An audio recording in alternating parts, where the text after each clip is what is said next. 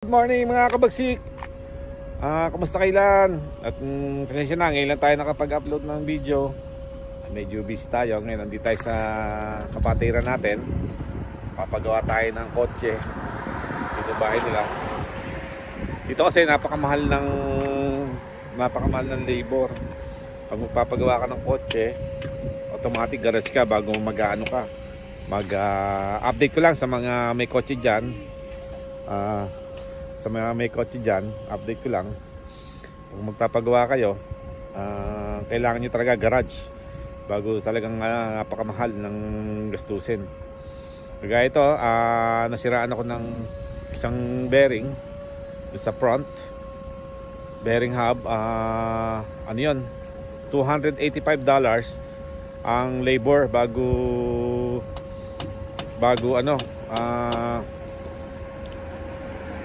labor bago ang material. 170, may na klase pa yon. Bago ang brake, 585 sama na yung labor saka parts. Dito pag may kakilala kayo, magaya dito, pag may kakilala kayo, info lang para mas maganda pag makatulong sa iba. Pag may kakilala kayo, dalhin nyo doon para siya nababanat, mas makakatipid kayo. Yun, andito tayo. Off na si brother sa church, kaya malaking bagay siya. Malaki na tipid. Yeah. At siya, anong ginagawa niya ngayon, interviewin ko siya para sa inyo, para kung ano man namang buhay-buhay niya dito sa Canada. Hello, magandang hapon sa iyo. Ano po pangalan niyo? Dito yung ginagawa na. Ayan. Nag-aalis siya ng preno.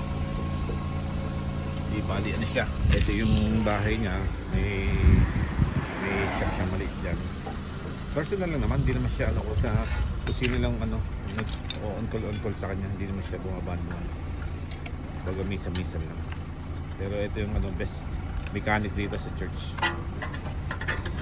Hindi na niya i-reveal ang kanyang mukha para for safety reason lang.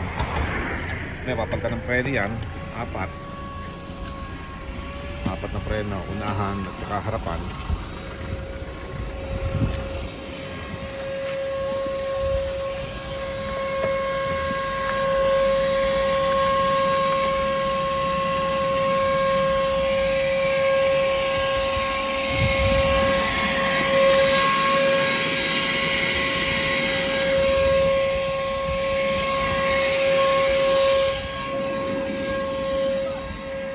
May binibenta dito, baka gusto nyo. Anong model to? Bro, anong model to? Anong model to? Hyundai? Hindi man yan. Ayan o, binibenta yan. May session na ako dito pag gusto nyo. Ganda. Ito, baka gusto yung sapatos. Yan, dito ang temperature natin, medyo mainit na malamig. Kaya mga naka-jacket pa rin.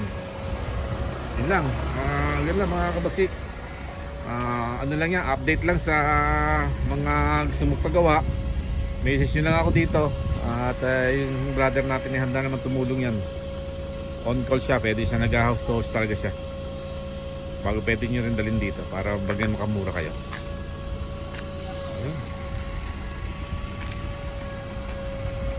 Kaway ka muna. Ha? Kaway ka muna. Taga saan ka, sir? Taga Konsar, Taga saan ka? taga Philippines. Hindi, saan ka sa Pilipinas? Sa Konsar, Caloocan. Caloocan, yan. May malaking shop yun doon, nag-Canada. Dito. Yan. Yun lang mga kabagsik. Update lang sa pasensya lang, ngayon lang nakapag-post. Susunod, papas ko ulit ang status ng ETA. Yun lang. Ngayon, ito lang ang content ko ngayon, paggawa ng kotse. Yun lang, God bless, mabuhay. Baka may gusto kayo shoutout sa Pilipinas. Shoutout po doon sa Kwanza. Mga kaibigan ko. Tiga saan? Mandaluyong? Tsaka ko po sa Caloocan. Caloocan pala, Caloocan.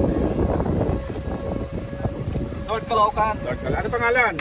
Pangalan niya? Oo, shoutout mo.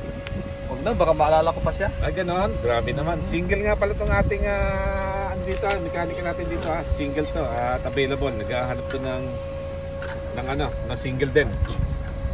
Yun, baga. Sige. Yun lang. Bye-bye.